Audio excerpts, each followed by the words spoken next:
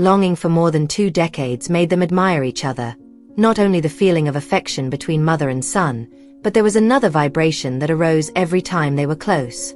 Every time she sees Feng undressing, Somphone's body jerks, longing for a man's gentle caress, reminding her of Cam Fui, longing for his pampering and warmth that she hasn't gotten in a long time.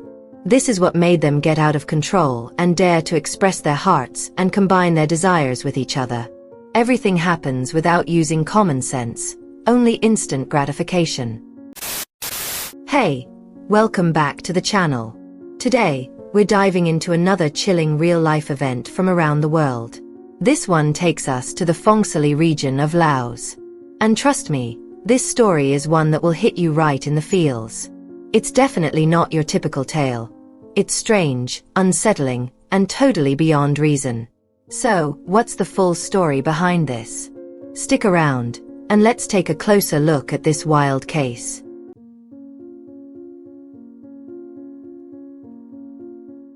Before we jump into the story, don't forget to like, comment, and subscribe. And hey, share this one with your friends. Let's spread the word.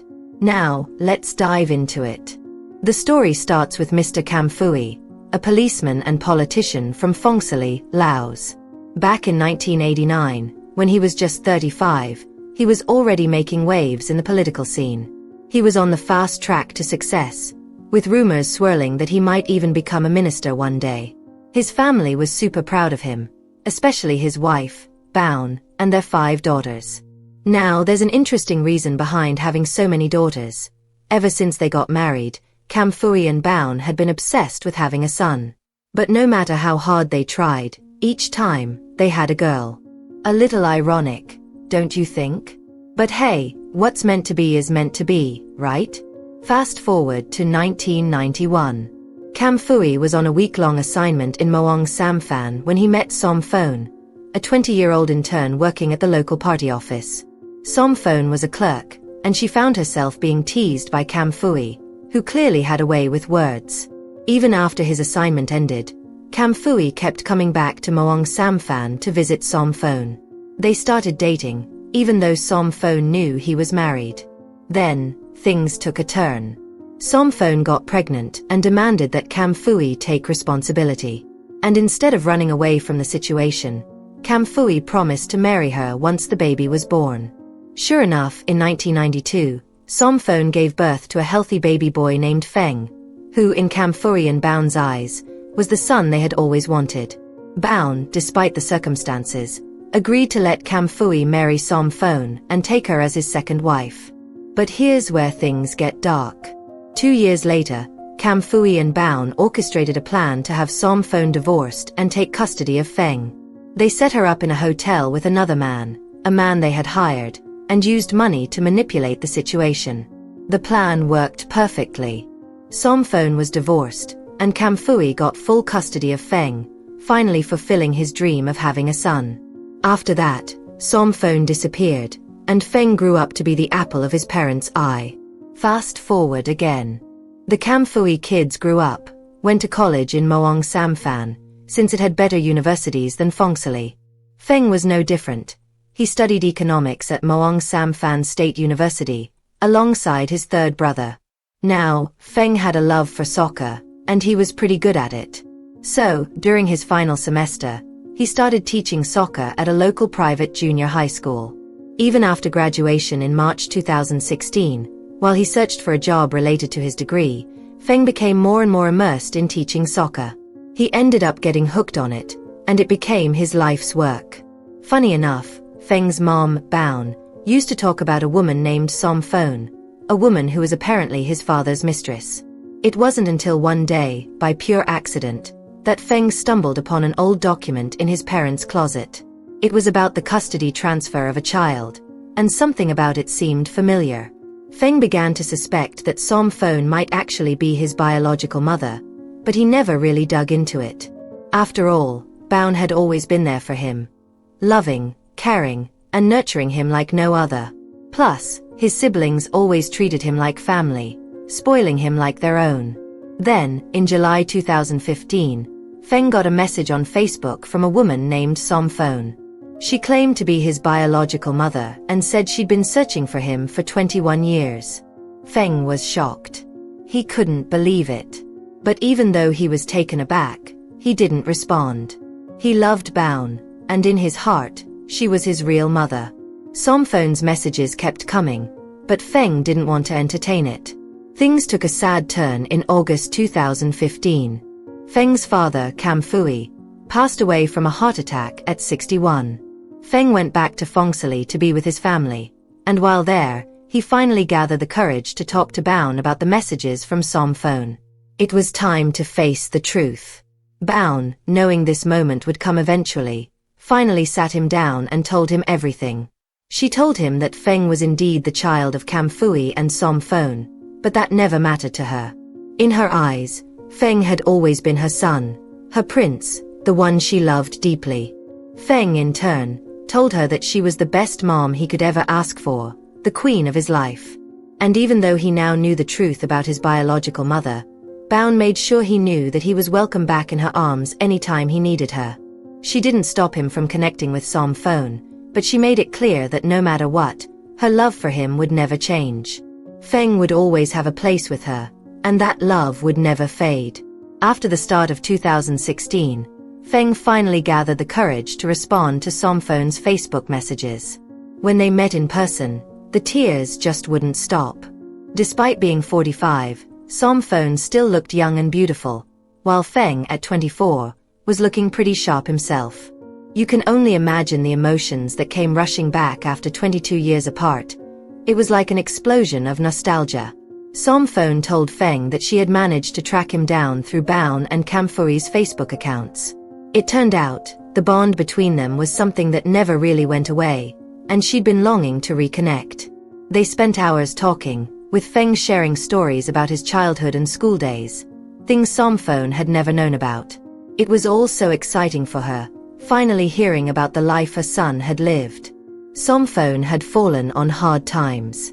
She was working as an ice cream vendor at a local market, doing whatever she could to make ends meet. She lived with her boyfriend, Tong Lun, who, unfortunately, wasn't exactly a prize. At 47, he spent most of his time gambling and drinking, and the relationship was nothing but drama. Somphone told Feng that she was often kicked out after their arguments, which were pretty much constant.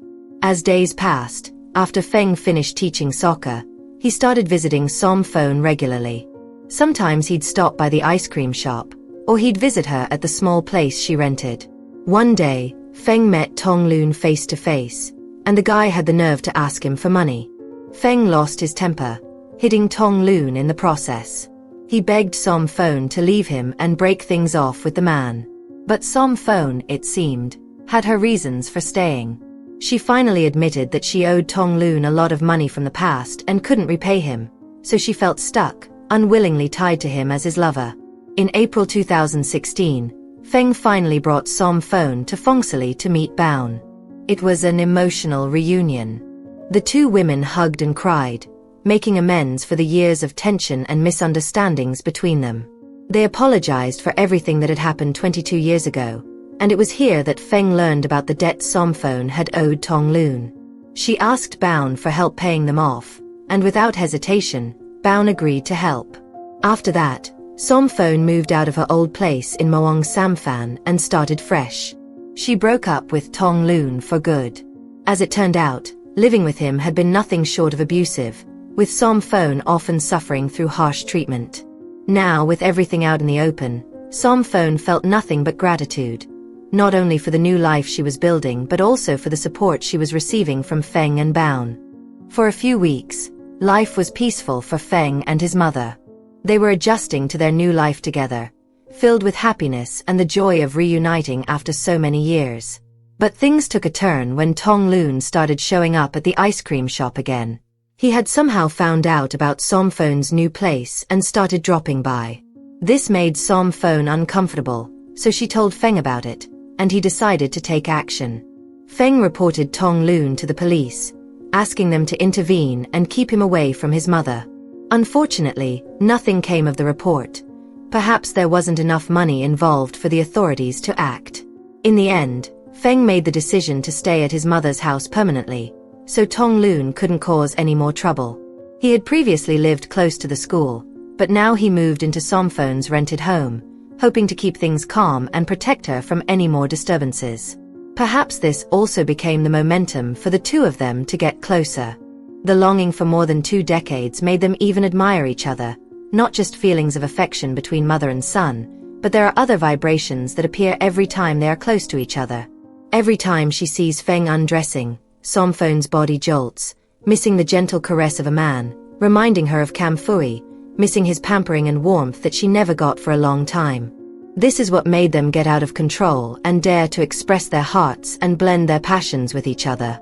Everything happened without the use of common sense.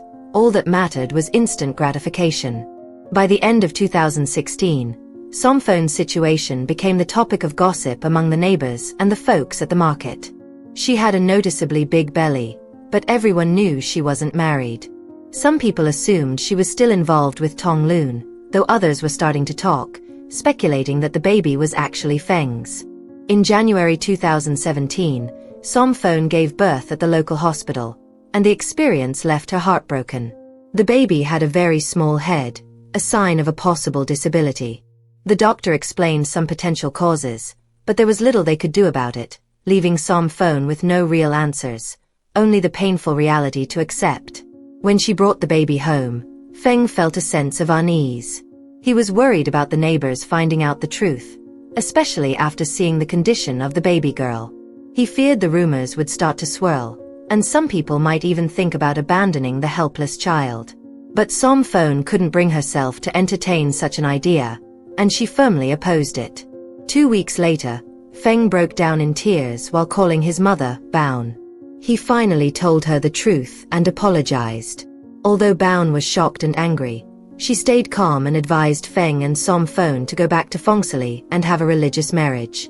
Since no one in the city knew about the situation with Feng's biological mother, they could start fresh and take care of their son in peace. But for Feng, that suggestion didn't seem practical. He was already considering drastic measures because of the baby's condition and the odd shape of her head. On the night of March 12, 2017, while Somphon slept, Feng made a horrifying decision. He smothered the baby with a pillow and threw her into the river. Afterward, he drove aimlessly, trying to clear his mind.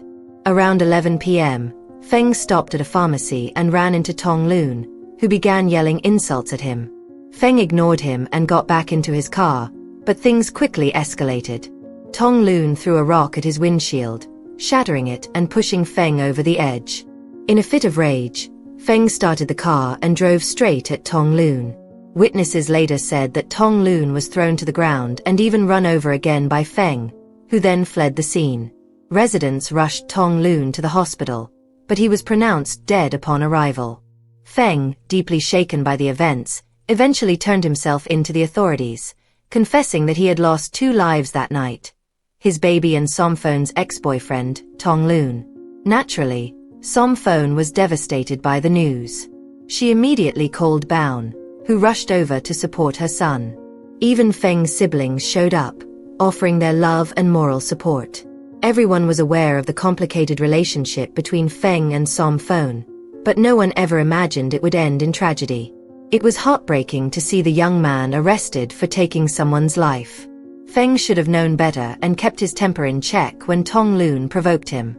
He could have reported the incident to the police, but after his previous complaints had been ignored, Feng felt there was no point. His frustration and trauma took a devastating toll that night.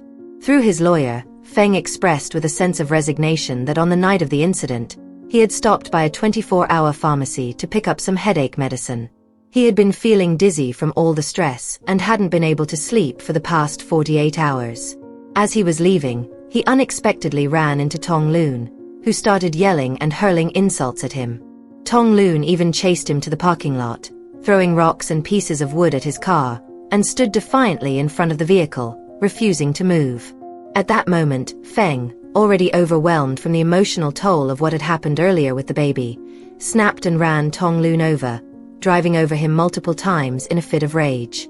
During the trial, Somphon also admitted that she was wrong for having any kind of contact with her biological son.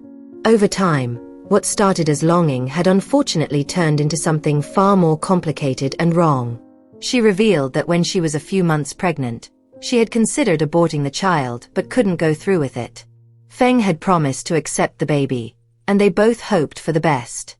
But what was born was a deformed baby, something neither of them had been prepared for. The imperfections in the baby left both of them feeling devastated, as though it was some kind of punishment. Somphone admitted that she never knew Feng was planning to harm the baby, and she was shocked when, on the night of the incident, the child wasn't in the bed. At first, she thought Feng had taken the baby out for a walk, but later, she realized the unimaginable had happened. On July 11, 2017, the Muang Samphan High Court found Feng guilty of intentionally taking 2 lives and charged him with a first-degree felony.